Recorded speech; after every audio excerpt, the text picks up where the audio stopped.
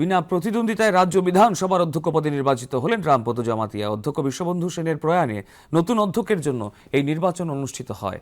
আজ বাজেট অধিবেশনের চতুর্থ দিনে এই দায়িত্ব গ্রহণ করেন রামপদ জমাতিয়া। এদিন রীতি অনুযায়ী মুখ্যমন্ত্রী, বিরোধী দলনেতা, মুখ্য সচেতক এবং দায়িত্বপ্রাপ্ত অধ্যক্ষ রামপ্রসাদ পাল সহ অন্যরা অভিনন্দন জানিয়ে অধ্যক্ষের চেয়ারের দিকে তাকে নিয়ে যান। দায়িত্ব গ্রহণ করে অধ্যক্ষ রামপদ জমাতিয়া বিধানসভার প্রত্যেক সদস্যদের কাছ থেকে সার্বিক সহযোগিতা কামনা করেন।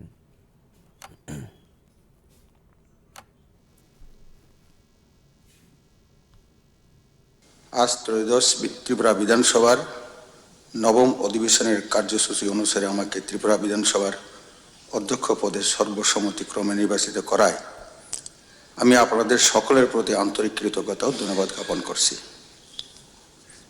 আমি সম্পূর্ণভাবে অবগত যে ভারতীয় সংবিধানের অনুচ্ছেদ অনুযায়ী পরিচালিত এই গণতান্ত্রিক ব্যবস্থায় বিধানসভার অধ্যক্ষ পদটি অত্যন্ত মর্যাদাপূর্ণ, গুরুত্বপূর্ণ এবং দায়িত্বপূর্ণ।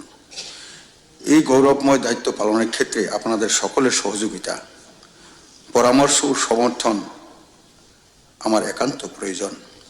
আমি বিধানসভার সকল সম্মানীয় সদস্যকে সমদৃষ্টিতে দেখব এবং নিরপেক্ষতা, শৃঙ্খলা ও গণতান্ত্রিক মূল্যবোধের প্রতি সর্বোচ্চ শ্রদ্ধা রেখে বিধানসভার কার্যক্রম পরিচালনার জন্য সর্বাত্মক চেষ্টা করব।